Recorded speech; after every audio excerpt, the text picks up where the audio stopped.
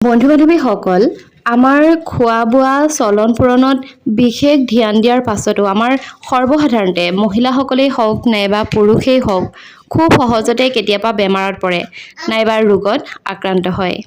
শাস্ত্ৰৰ অনুসৰি প্ৰায়ে মহিলাসকল যদিহে বেমাৰত পৰি থাকে নাইবা প্ৰায় ৰোগ ব্যাধি হৈ থাকে তেনেহ'লে সেয়া সকলোখিনি বাস্তুদোষৰ কাৰণতেই হ'ব পাৰে। নমস্কাৰ, আস্থা ক্ৰিয়েশ্যনৰ নতুন এটা ভিডিঅ'ৰ মাজলৈ আপোনালোক সকলোকে পোনপ্ৰথমে স্বাগতম জনাইছোঁ। আজি এনেকুৱা কেইটামান বাস্তুদোষৰ বিষয়ে ক'ম যিসমূহ বাস্তুদোষে এখন ঘৰৰ মহিলাসকলকে হওক নাইবা পুৰুষসকলকে হওক খুব সোনকালে ৰোগত আক্ৰান্ত কৰাত সহায় কৰে নাইবা ঘৰখনলৈ ৰোগ ব্যাধি তথা দৰিদ্ৰতা মাতি আনে। তেনেহ'লে অকণমান সময় পলম নকৰি বলক সেই বাস্তুদোষসমূহনো কি সেয়া জানি লওঁ।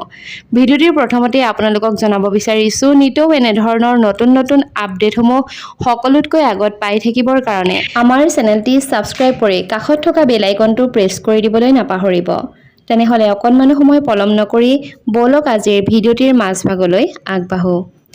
আজিকালি আধুনিক যুগৰ কাৰণে বা আধুনিকতাৰে ভৰপূৰ জীৱন সংগ্ৰাম কৰিবলৈ যাওঁতে বাস্তুশাস্ত্ৰৰ দ্বাৰা দিয়া নীতি নিৰ্দেশনা মানুহে পাহৰিবলৈ ধৰিছে। পুৰুষেই হওক নাইবা মহিলাই তেওঁলোকৰ যিকোনো প্ৰকাৰৰ বেমাৰৰ ক্ষেত্ৰতেই বাস্তুশাস্ত্ৰই কিন্তু মহত্বপূৰ্ণ ভূমিকা লাভ কৰে।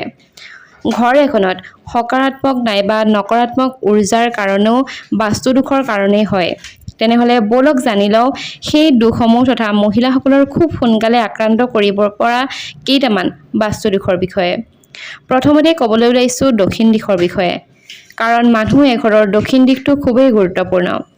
দক্ষিণ দিশৰ ফালে মূৰ কৰি টোপনি যোৱা মহিলাসকলৰ স্বাস্থ্য সদায় ঢিলা হয় তথা তেওঁলোকৰ স্বাস্থ্য সদায় দুৰ্বল হৈ থাকে বুলি কোৱা হয়। যদিহে আপুনি অশান্তি নাইবা বেমাৰত দুৰ্বল যেন অনুভৱ কৰিছে তেনেহ'লে চিধাই পূব ফালে নাইবা উত্তৰ দিশৰ ফালে মূৰ কৰি শুবলৈ যত্ন কৰক। এইসমূহ দিশক সূৰ্যৰ দিশ বুলি কোৱা হয় যি আপোনাক সম্পূৰ্ণকৈ ইতিবাচক উৰ্জাৰে ভৰাই তুলিব। দ্বিতীয়তে হৈছে স্নানাগাৰ নাইবা শৌচালয়। উত্তৰ দিশত বাথৰুম নাইবা স্নানাগাৰ নবনাব। বিশ্বাস কৰা হয় যে উত্তৰ দিশত স্নানাগাৰ শৌচালয় বনোৱাৰ কাৰণে বেমাৰ আজাৰ ঘৰখনলৈ আহে আৰু ইয়াৰ আটাইতকৈ বেছি প্ৰভাৱ ঘৰখনৰ মহিলাগৰাকীৰ ওপৰতেই নিৰ্ভৰ কৰে নাইবা বেমাৰ আজাৰ যি দৰিদ্ৰতা আহে এই সকলোবোৰ মহিলাগৰাকীৰ ওপৰতেই পৰে। তৃতীয়তে হৈছে গধুৰ বস্তু। ঘৰখনৰ মাজৰ যিকোনো ধৰণৰ গধুৰ বস্তু নাৰাখিব। যিমান দূৰ সম্ভৱ বা যিমান দূৰ সম্পূৰ্ণ হয় ঘৰখনৰ এইখিনি ঠাই আপোনালোকে খালী ৰাখিবলৈ চেষ্টা কৰিব। ইয়াৰ পাছতে হৈছে ৰাতিৰ আন্ধাৰ।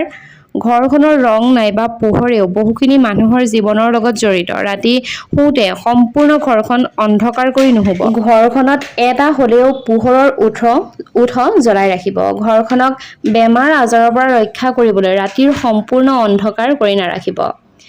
5 নম্বৰতে হৈছে ভুল দিশত পানী ৰখা। ঘৰৰ মহিলাসকলক বেমাৰ আজাৰৰ পৰা বচাবৰ কাৰণে ভুল দিশত আপোনালোকে পানী নাৰাখিব। ঘৰৰ দক্ষিণ পশ্চিম দিশত যিকোনো প্ৰকাৰৰ পানীৰ উৎস সৰ্বসাধাৰণতে ৰাখিব নালাগে। ঘৰৰ দক্ষিণ দিশত যদিহে বাৰাণ্ডা ৰাখে তেনেহ'লে সেই ঘৰখনৰ মহিলাসকল সদায় ৰুগীয়া কৰি ৰাখে বুলি বিশ্বাস কৰা হয়।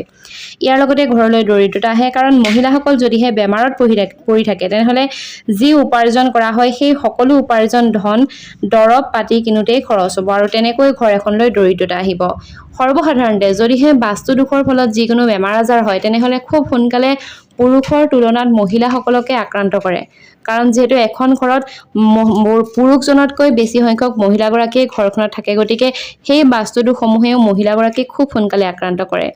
গতিকে এইকেইটা আছিল বাস্তুদোষ যিকেইটাৰ ফলত এগৰাকী মহিলা খুব সোনকালে ৰোগীয়া নাইবা খুব সোনকালে বেমাৰ আজাৰত আক্ৰান্ত হ'ব পাৰে। যদিহে ভিডিঅ'টি চাই ভাল পালে তেনেহ'লে নিশ্চয়কৈ ভিডিঅ'টো এটা লাইক কৰিব আৰু আপোনাৰ বন্ধুবৰ্গৰ লগত শ্বেয়াৰ কৰিব। নতুন এটা ভিডিঅ'ৰ জৰিয়তে খুব সোনকালে লগ পোৱাৰ প্ৰতিশ্ৰুতিৰে আজিৰ এই ভিডিঅ'টিৰ পৰা বিদায় লৈছোঁ। ধন্যবাদ।